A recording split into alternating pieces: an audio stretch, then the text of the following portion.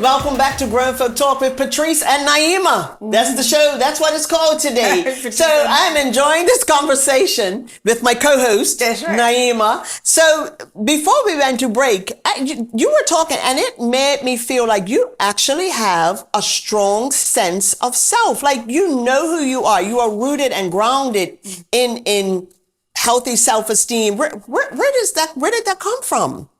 I would say my parents, they, between all of us is 8 of us, 5 boys, 3 girls, including me. Right. And growing up, my mom in particular used to come and say, Na'imah, you're my favorite. Oh, she would tell you were her favorite? Of course. And I was like, oh my gosh, okay, yes, thank you very much. So you keep delivering, because when somebody says, you are the favorite, you want to continue to make them happy. You don't want to let them down. No. You won't disappoint them. And you just keep moving and your self-confidence is high. So as I got older and I love my brothers and sisters. I was very close. Yes. And, one time when I got older, I was like, wow, what you lot don't know is that I was mom's favorite. And they said, Emma's like, sit down, little girl. Little girl. Because I'm the second youngest, right? Little girl. So I'm the second youngest. Have several seats, right. They said, Na'imah, mommy used to tell everybody that. So your mom went to every child and said, you're my favorite? Yes. So everybody grew up, everybody grew up. But you see the power of what she did? Absolutely, I see the power in that. The power of what she did is that because we all thought that we were the most valued, we carried ourselves as if we were the most valued. Oh my gosh. Does your mother, is she aware of what she did? She was very aware. So she's passed away. Yes. God bless her soul. Both my parents are passed, but the wisdom walks on. And it always will. The wisdom walks on because they believed in the fundamentals. Yes. Okay. And they pushed the critical things in life. My mom and dad pushed prayer. Okay. They pushed the faith in God. They pushed good work ethic.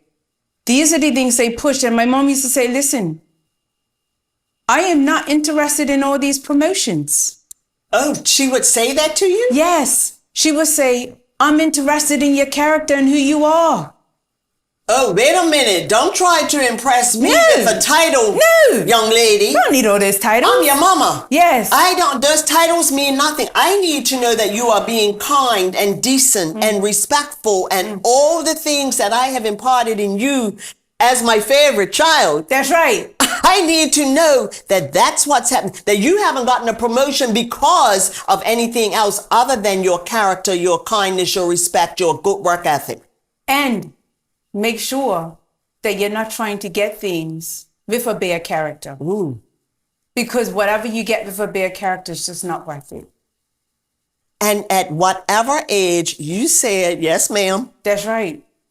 And these are the things that's just intertwined in all of us. I always say I love my brothers and sisters. We are very, very close. Yes. For that reason. No one was higher than the other. Right. We all had to respect each other equally. Okay. Obviously, my older sister, Shelda, she was the Part B mom. Yes. So she had a that's firm right. grip. Yes. But it was just that. And as we grew, I wasn't always this person. I was 17 once of just like going around doing different things that probably wasn't helpful to me. Really? Yes. Were you making bad choices? I could tell you, oh gosh. I guess I could say it now, right? Yes. So, I don't drink today. I was at the Somerset Cricket Club with a friend. And it was no drinking in our house. Okay, right. No drinking. No drinking in the house. And we went to the Somerset Cricket Club, me and my friend, and we was like, oh my gosh, let's try this beer. And we thought we were sharp.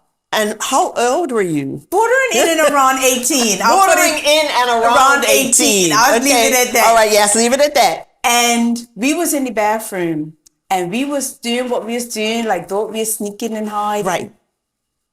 And one of my dad's friends walked out of the bathroom stall.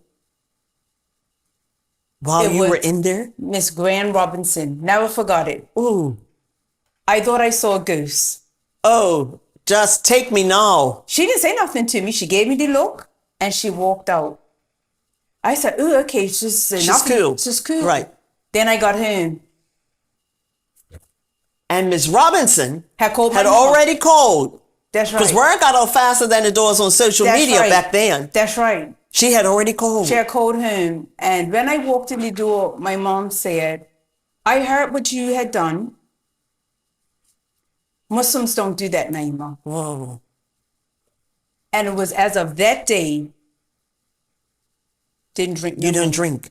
I don't drink. You disappointed your mom? I so disappointed her. And I knew the ground rules going in. You knew better. But at 17, 18, 19, you're at that testing. Yes. You know, your friends are doing stuff. Do you go left? Do you go right? I did go left. Yes. And let me see how far left I can go. Yes. And she grabbed me. She was so hurt and disappointed. Really? Yes. And I remember it like it was yesterday. Of course. And I learned from that. Because even till today, people say, oh, you want a little cocktail? You don't. I don't drink. So that left a lasting impression. Yes. Because you can drink now. You're grown. I could. You could drink. Yes. But you don't because of some advice that you should have taken then didn't. And then Gran Robinson showed up. Yes. And she gave the look. She just walked out. She didn't have to say a word. No. That's what we did. That's what they did back in the day. And that's the problem now. Yes. Too many people are minding their own business. Yes. Yeah. Yeah. But that's what it is. They are minding their own business and not getting involved where they should. That one incident of her getting involved in my life to call my mom has changed me forever.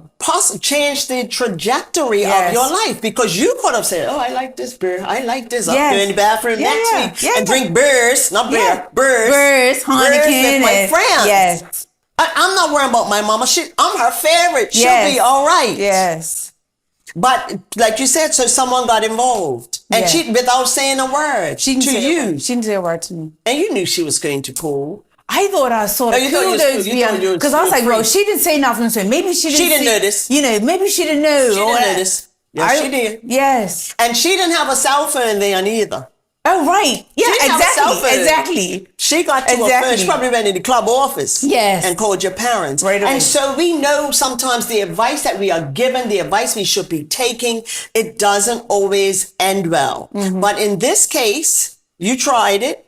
I tried it. And you said, okay, well, that didn't turn out so well. Yes.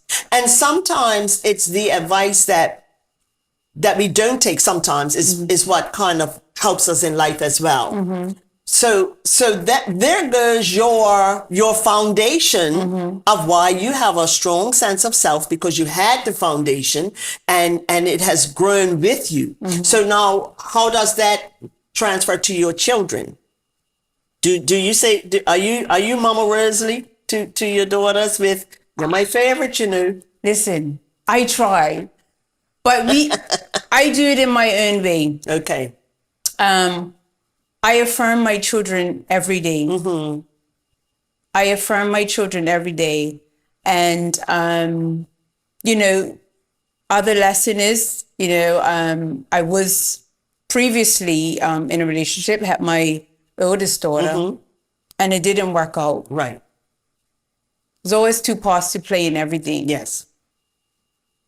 But what I learned from that is love shouldn't supersede what is important and what you need. Because a lot of people love a lot of things. I love cake. Anybody knows me? Love a good dessert. Yes, we know. But, you know, as you know, I recently had breast cancer. Yes. And I can't love that apple pie like I used to. Okay. Oh, I see. Okay. Because it won't serve you well. It won't serve, but I still love it. Yes. And see, the problem is that when people keep saying, but I love him, and I love her, and I love it, that can't be the starting point. Oh, wait a minute. Loving somebody cannot be the starting point. No. Because the Quran says, right? Yeah. And I live honest to God. You may like something which may be bad for you, and something that may be bad for you is good for you. Yes. So Yes. sometimes you may like a person, but they are bad for you. Yes. Right. Right. Because not everybody who is good to you is good for you. That's right. Okay. And coming out of that, because, you know, what we're taught is that love heals all. It's like, I'm getting married because I love. Yes. And I get and do this because I love. But where's all of the framework? Where's all the grounding base that's going to take you through? Oh, girl, you are preaching to the choir. Because guess what? You can still leave something and you're loving it. Yes. Yeah. Oh, you can still leave something and you're loving it. Yeah. So sometimes we have to step aside so that's where the hurt comes in. Yes. That's where pain comes in because we love it, but it's not good for us. Not good for us. So we have to move it on, right? And I'm telling you, when I was 22 years old, that's why I said you're preaching to the choir. You listen, nobody tell me don't marry that boy. I was 22. I already knew everything. That's right. I'll tell you that story when we come back. We're going to a break and we'll continue this conversation on Grown Folk Talk with Patrice and Nye. And be right back.